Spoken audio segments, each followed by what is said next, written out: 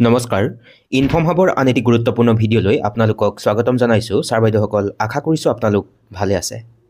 এখন বিশেষ জৰুৰী পত্ৰ আহিছে আৰু এই পত্ৰখনৰ আলমত আজি এটা কথা আপোনালোকক অৱগত কৰাবলৈ চেষ্টা কৰিম যে ভাৰতবৰ্ষৰ সংবিধানক গুৰুত্ব প্ৰদান কৰাৰ উদ্দেশ্য আগত ৰাখি বিদ্যালয়সমূহত এটা বিশেষ কাৰ্য সম্পাদন কৰিবলৈ বুলি এই পত্ৰখনত উল্লেখ কৰিছে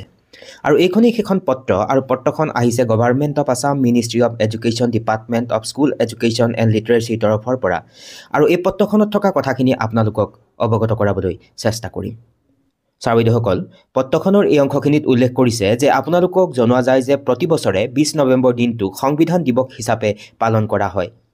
2015 চনৰ পৰা ভাৰতবৰ্ষৰ সংবিধান গ্ৰহণৰ স্মৃতিত আৰু ডক্টৰ বি.আৰ. আম্বেদকাৰৰ সাংবিধানিক যি আদৰ্শ আৰু নীতিক পুনৰ দৃঢ় কৰাৰ জৰিয়তে এক বিশেষ কাৰ্য ব্যৱস্থা গ্ৰহণ কৰিবলৈ সিদ্ধান্ত গ্ৰহণ কৰা হৈছে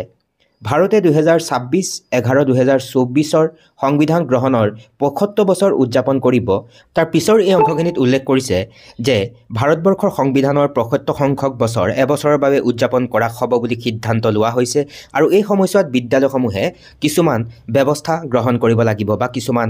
কাৰ্যসূচীৰ আয়োজন কৰিব লাগিব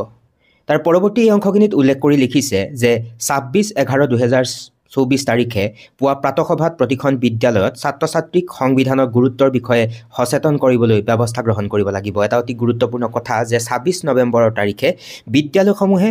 প্ৰাতঃসভাত ছাত্ৰ-ছাত্ৰীক সংবিধানৰ গুৰুত্বৰ বিষয়ে জনাৰ কাৰণে ব্যৱস্থা গ্ৰহণ কৰিব লাগিব বিশিষ্ট ব্যক্তিক আমন্ত্ৰণ কৰি বক্তৃতা আলোচনা আৰু আলোচনা চক্ৰ আয়োজন কৰিব লাগিব চিত্ৰকলা পোষ্টাৰ নিৰ্মাণ শিল্প প্ৰতিযোগিতা আদি অনুষ্ঠানবিলাক অনুষ্ঠিত কৰিব পাৰিব সংবিধানৰ তাৎপৰ্যৰ ওপৰত ঘোষণা কৰিব লাগিব ৰাজপথৰ বাটত প্ৰভাত ফেৰী আদি সম্প্ৰদায়ক সজাগতামূলক যিবিলাক কাম-কাজ সেই কাম-কাজবিলাক কৰিব লাগিব সেলফি পইণ্টৰ দৰে ছাত্ৰ-ছাত্ৰীৰ সৈতে জড়িত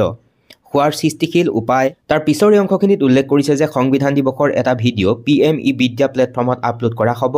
আপোনাৰ অধীনস্থ সকলো বিদ্যালয়ে নিজৰ ছাত্ৰ-ছাত্ৰীক ভিডিঅ'টো দেখুৱাবলৈ বিবেচনা কৰিব পাৰে একেদৰে মাই.গভ পৰ্টেলত এটা কুইজ আপলোড কৰা হ'ব সকলো ছাত্ৰ-ছাত্ৰী শিক্ষক অভিভাৱক শিক্ষা যি প্ৰশাসনক মাই.গভ পৰ্টেলত লগ ইন কৰি উৎসাহিত কৰিবলৈ বুলিও এই পত্ৰখনৰ এই অংশখিনিত উল্লেখ কৰিছে ছাৰ বাইদেউসকল এইটোৱে আছিল আলোচনাৰ বিষয়বস্তু আৰু আশা কৰিছোঁ আজিৰ এই আলোচ্য শিতানে আপোনালোকক উপকৃত কৰিব আৰু যদি সম্ভৱ হয় যিহেতু বিষয়টো অতি গুৰুত্বপূৰ্ণ সেই উদ্দেশ্য আগত ৰাখি সম্ভৱ হ'লে আগলৈকে ভিডিঅ'টি শ্বেয়াৰ কৰিবলৈ নাপাহৰিব সকলো ভালে থাকিব নমস্কাৰ টেক কেয়াৰ